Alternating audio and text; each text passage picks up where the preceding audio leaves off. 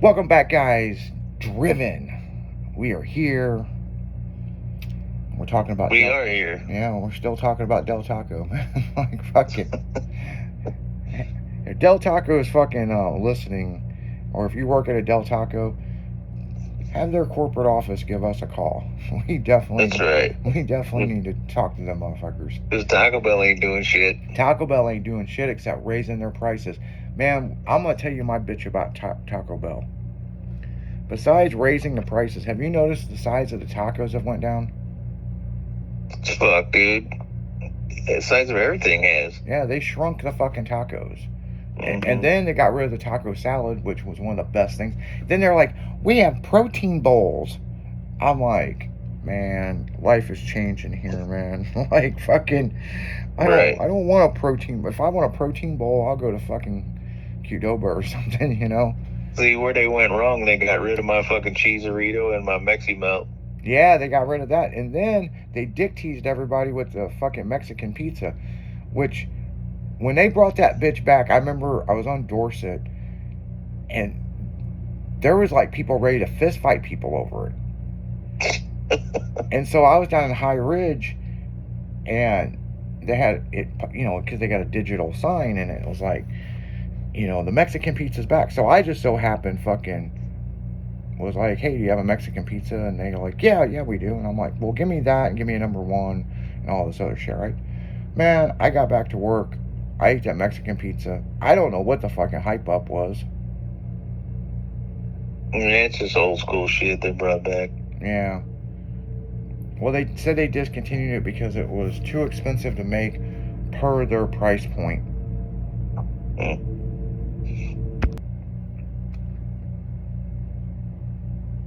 Would you say, Taco?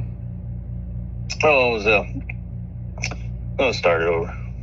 Yeah. You were saying Lisa? Yeah, I was saying Lisa Lisa used to work at Taco Bell. Man, that was your dream girl right there. Shit. Well, that's what sewed the deal up. Right. Well, this was pre my knowledge, back when she was a teenager. But yeah, she knows the secret to the cheeserito. Really? It's just they have the cheese roll-ups now. Mm-hmm. And you can get that with pizza sauce, and that's basically the I believe they had onions in it too. I'm not sure, but she always gets the cheese roll-up with pizza sauce in it. That's pretty much a cheeserito. Yeah, I think that's a big thing in a lot of relationships. My ex-wife, we would go to Olive Garden, and I don't eat chicken on the bone, people, but I do like, you know, fettuccine alfredo with chicken in it, you know, chicken breast. And she knew I liked it, and she spent 2 months and figured out what their fucking secret sauce was. And I mean, the shit people will do in a relationship to keep the other person happy, you know what I'm saying? But see, my thing was like, why the fuck you gotta figure it out? We'll just go to Olive Garden, you know what I'm saying? But like, right. But yeah, my ex-wife, when we first met, she was a district manager at Dairy Queen. And you know how it was back in the day. You always had a friend that worked at some kind of restaurant. Oh, absolutely. Yeah.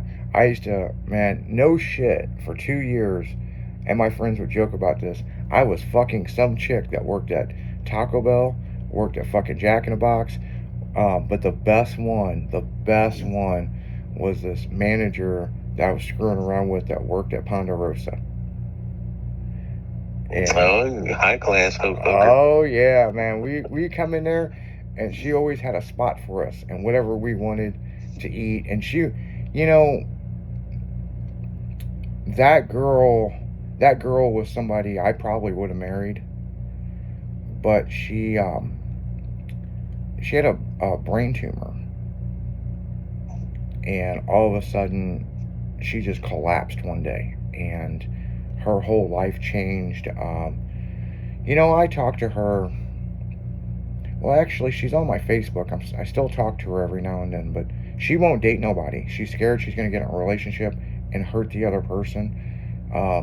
She always wanted a family with kids, and she's had so many brain surgeries, but she looks good. You don't even know, but she's just scared to hurt somebody else. But I'm gonna tell you one thing.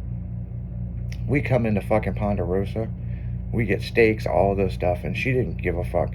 But my ex-wife, when she worked at, she was a district manager for Dairy Queen, and we were dating, and I was, she's like, you want me to bring you home? Because she just, like, instantly moved into my fucking house, Like, it wasn't even my choice, and she just fucking wouldn't leave. But, I mean, she was hot. She liked to fuck, I mean, didn't have anything else better going on. I had cable TV. That's what she tells everybody, Well, I stayed because, you had free HBO. Yeah. I mean, that's what she told everybody. It's like, well, he could fuck pretty good. He had cable TV. My mom and dad disconnected cable when I was a kid, and I had to go to friends' houses. And I'm like, so you were a slut over cable? Well, yeah, I guess so, Like, well, at least you admit it. My ex-wife was cool as fuck, man. She really was. But, like, what's crazy about it is she would never give us anything free. Anything. She called me. She's like, hey, I'm getting ready to get off work. You want me to make you a burger or something? And she'd pay for it until they fucked her over. She called the shop. She goes, how many people's working at the shop right now? And I was like, I don't know. Hold on. It's like 9 of us, including me. Why? She goes, you boys hungry? And I'm like, shit. I mean, I got a lot of high school co-op students that work for me. They're always fucking hungry. They're teenagers. And I'm like, yeah, I guess. Why? And she goes, take about 10 minutes, get everybody's order, and call me back. And then send one of the boys up here to get it. And I'm like, what are you buying everybody fucking lunch? And she goes, fuck no. They screwed me over. Fuck them. Dude, she fucked this location so bad. She just give random people free food. I went up there one day to bring her something to eat from Subway. No shit, Taco. She was so pissed off at this fucking franchisor. She was like, you want a birthday cake? And I was like, what? And she's like, yeah, there's an ice cream birthday cake in there. They're supposed to pick it up in a few hours and fucking take it back to the shop. And I'm like, well, what about that person's birthday? And she's like, fuck them. Because then the franchisor would get yelled at. Yeah. And she's like, far as I know, that cake never showed up.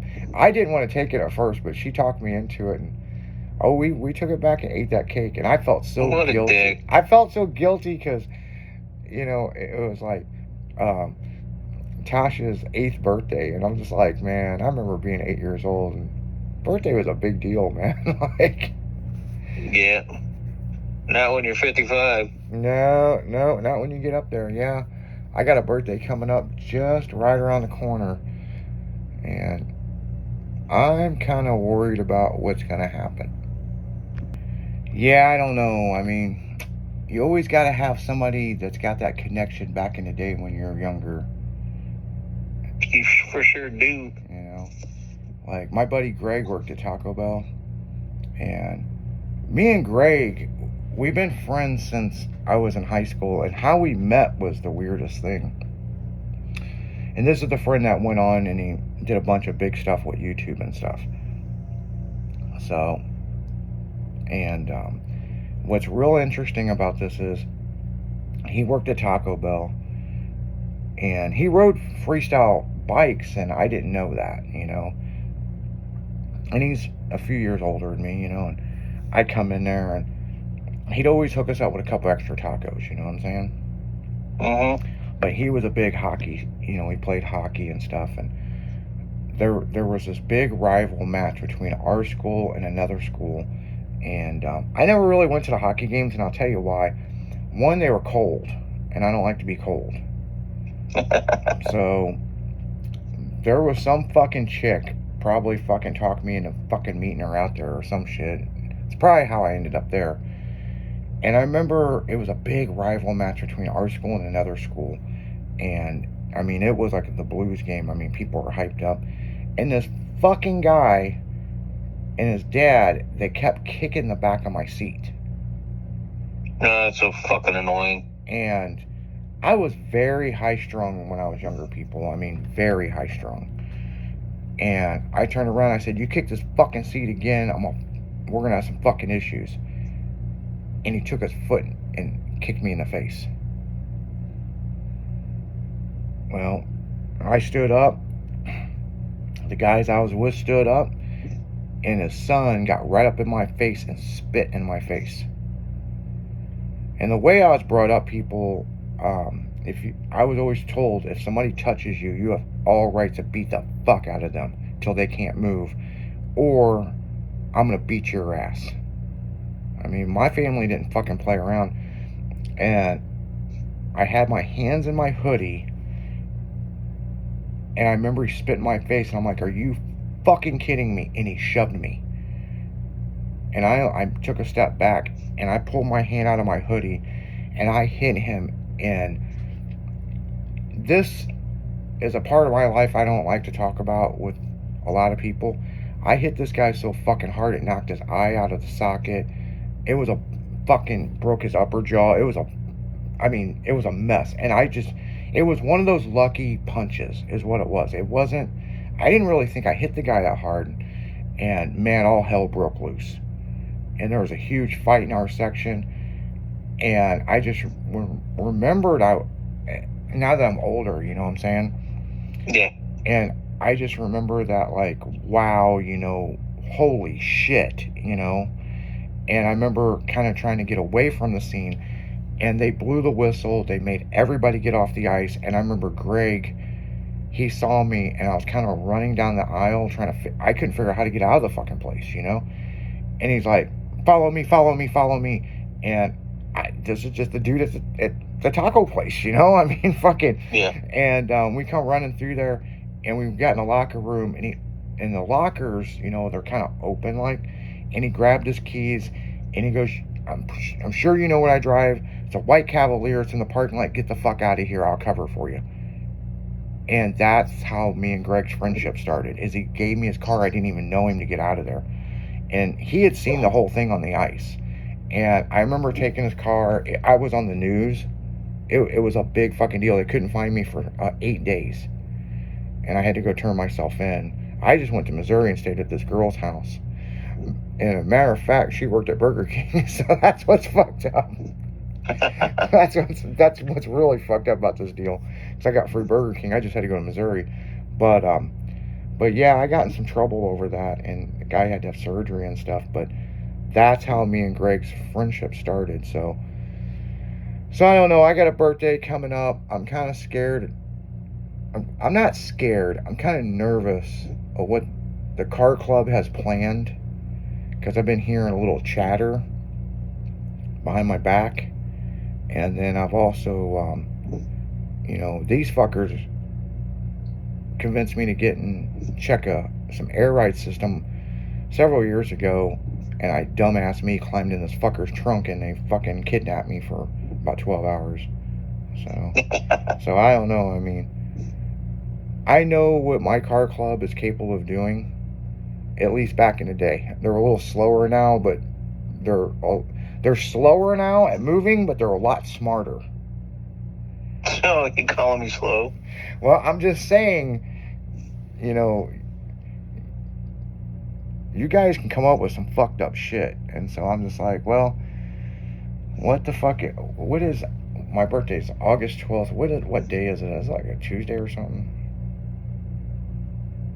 Fuck, I don't know.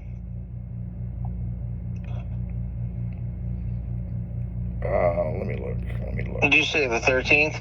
No, mine's the 12th. The 12th? That's probably Tuesday. Tuesday, and then Lisa's is the 13th. And then the ex, the 90210 bitch, she's on the 14th. I don't think I'm getting a birthday card from her this year.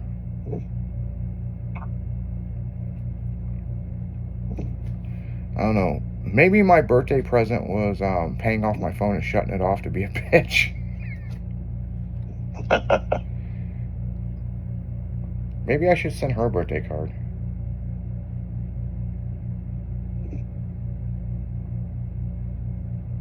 You send me one. When's your birthday? Your birthday? April 9th. April 9th, yeah. Your birthday, I was going to say, it just passed. Yeah. I don't know, man. it's been a rough fucking year for me without this tractor working. I know, right? It really has. I'm not used to making, I'd make at least $500 a week extra spending money. And that was nice. Bought a lot of stupid shit. If you open up a Del Taco location, well, the problem is you'll eat all the profits. Fucking right. I'll be the fattest motherfucker. I'm even fatter than I am now. No shit. I'd never leave the place. I just put a bed right in the kitchen. At least I'd be like, are you ever coming home? No, me and Walter moved in. Yeah, me and fucking baby dog, we got our Del Taco.